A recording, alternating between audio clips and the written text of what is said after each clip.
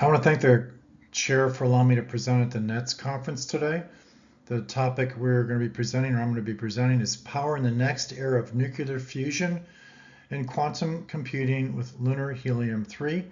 My disclaimer is I am not a physicist. My background is more in planetary geology, engineering, mining, and systems engineering. My bio is up here just for context of the presentation today. My key background with relationship to helium-3 goes back to planetary geology, where I first learned about helium-3. I then went on to get additional degrees in engineering, mining, aerospace engineering, as well as I'm in the process of finishing my PhD in engineering mining. All of this to give me a better understanding on the possibility of extraction helium-3 from the lunar surface. Now, the singular focus of our company is on the extraction of helium-3 from the surface of the moon to provide fuel for nuclear fusion reactors in the future, along with quantum computing. The source of helium-3, as a reminder, comes from the decay of tritium on Earth. There's estimated less than 10 kilos in the United States at the present moment. More organically, helium-3 comes from the sun. It travels in the solar wind along with helium-4. It gets captured in our atmosphere, making it basically impossible to obtain on the surface of Earth. However, on the moon, with no atmosphere, it's been baked into our regolith, or the regolith of the moon, for billions of years. The good news is there's an estimated 1 million tons of helium-3 on the surface of the moon, plus or minus. The bad news is its concentration is extremely low, at about 1 to 15 parts per billion. Now let's look at a hypothesis on how helium-3 is retained in the regolith. There's at least 3 ideas. Probably they all do work or exist in different combinations. The first and most prevalent is from the solar wind. It's found between the regolith grains, mainly at the surface, as it cannot penetrate deeper. Second, also initially coming from the solar wind, but has now more of an impact origin, is helium-3 that may be embedded or related to crystals from temperature and pressure from meteorite strikes. More than likely, we're going to find this at depth at concentration. Third is a chemical origin in which there may be chemical affinity for helium-3 with certain minerals like ilmenite. So we got at least 3 hypotheses on how to find helium-3 within the regolith. All 3 of these may be active, and there more than likely is other ways we're going to find helium-3. With respect to depth, many people believe, including ourselves from our company, that the bulk of the helium-3 is at the surface, as there's been a lot of baking of the regolith from solar wind for the past 4.5 billion years, whereas the impacts, the meteorite strikes, are by far less now than they were billions of years ago. So let's talk about 2 use cases for helium-3. The most important for today, because the audience is our physicist, is on nuclear fusion.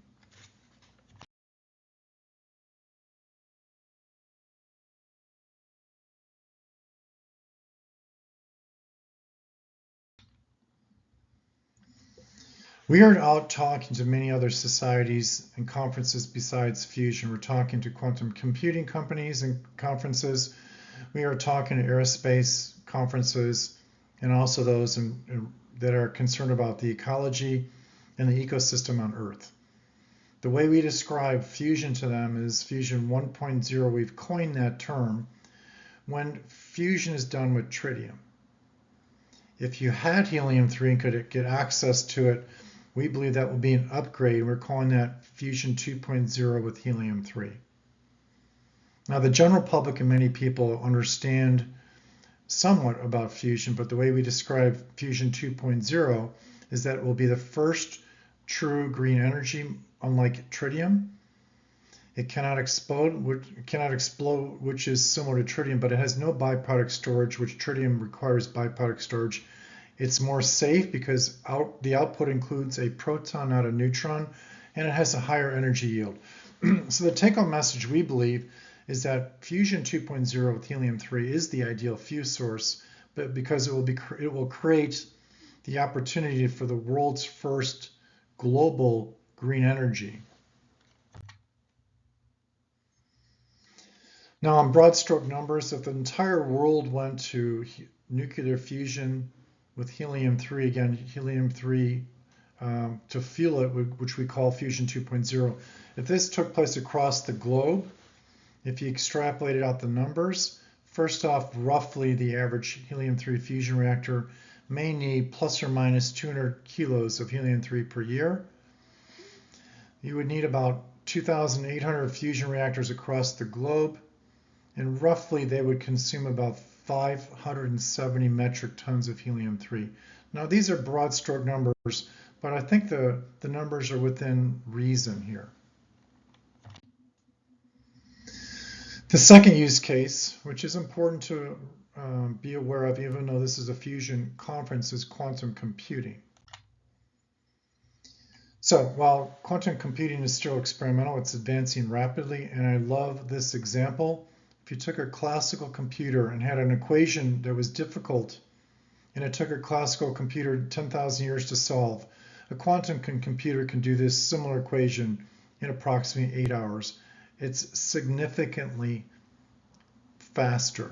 The potential applications are mind-boggling, including cryptography, drug discovery, cancer treatments, and from a political point of view, whoever controls the first quantum computing may hold informational strategic dominance. Well, what does this have to do with helium-3? Well, you need helium-3 to cool down quantum computers down to near absolute 0.01 Kelvin. Without helium-3, you cannot cool them down nearly as close to 0.01 Kelvin. Errors take place and it doesn't function nearly as well. From a numbers point of view, each quantum computer in the future is estimated to need about 1 to 10 liters of liquid helium-3 for cooling. There's no estimate of what the future may hold as far as numbers, so we took a rough estimate of the potential of 10,000 quantum computers across the globe in about 15 years from now. If you extrapolate all this out, 10,000 quantum computers would need about 4 metric tons of helium-3, by far less than a fully up and running nuclear fusion process using helium-3, but still very important. Revenue projections. Now, these prices are estimates based on today's dollars. It more than likely will fluctuate, but today's helium-3 prices are roughly $30,000 a gram, or $30 billion a metric ton. And again, these prices will go up and down based on market conditions. As we mentioned earlier, if Fusion 2.0 is adopted across the globe, you'd need about 570 metric tons, which equates to about $17 trillion in revenue. On the quantum computing side, you're looking at about $119 billion of revenue for about 4 metric tons of helium-3. Again, $17 trillion, I highly doubt it's going to hit exactly 7.1 trillion, but it might be 5 trillion, it might be 20 trillion. These numbers are still staggering.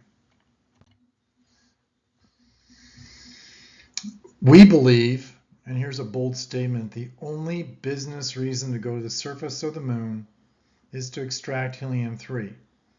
And the way to make that profitable is when these 3 things come together. Without these 3 things, it will not be profitable. Number 1 is a reduction in transportation cost. We're seeing a reduction in transportation cost when we talk about going into low Earth orbit. The price to go to low Earth orbit has come down dramatically. We expect the same reduction proportion will take place with repetitive trips to the moon.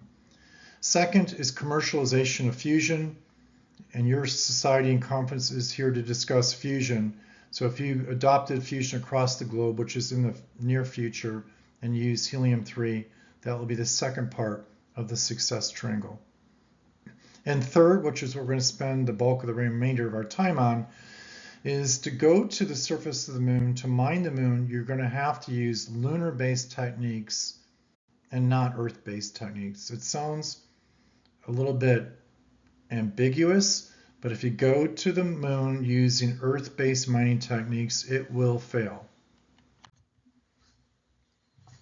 Let's put some perspective. Now, this image, we generated this, but if you go to the internet, you search Lunar Helium-3 mining rovers, you're probably going to find something that looks similar to this. In concept, there's a device that grinds up the ground and drives the regolith that's ground up inside the rover for processing. In addition, there's moving parts. So in summary, what you're seeing here is a concept of what many people believe helium-3 mining will look like on the surface of the moon. There are two major things with this, and there's probably more. The energy of extraction is extensive, and the amount of moving parts are a lot. So keep that in mind over the next couple of slides. So let's talk about two specific challenges, and there's more, that impact lunar helium-3 mining. The first is its concentration, which is extremely low. The good news, as we mentioned earlier, there's about 1 million tons estimate, plus or minus. It's just in low concentration. If you compare this to, for example, an earth copper mine, at about 0.5 parts per 100, the concentration delta is extremely different between a mining process to extract helium-3 versus copper, gold, or lithium. The energy required to extract copper, gold, and lithium is very high. The energy to extract helium-3 using the same process would just not be practical. The only solution that makes sense is what we've done. We've adopted a low energy extraction process designed for 1 part to 15 parts per billion.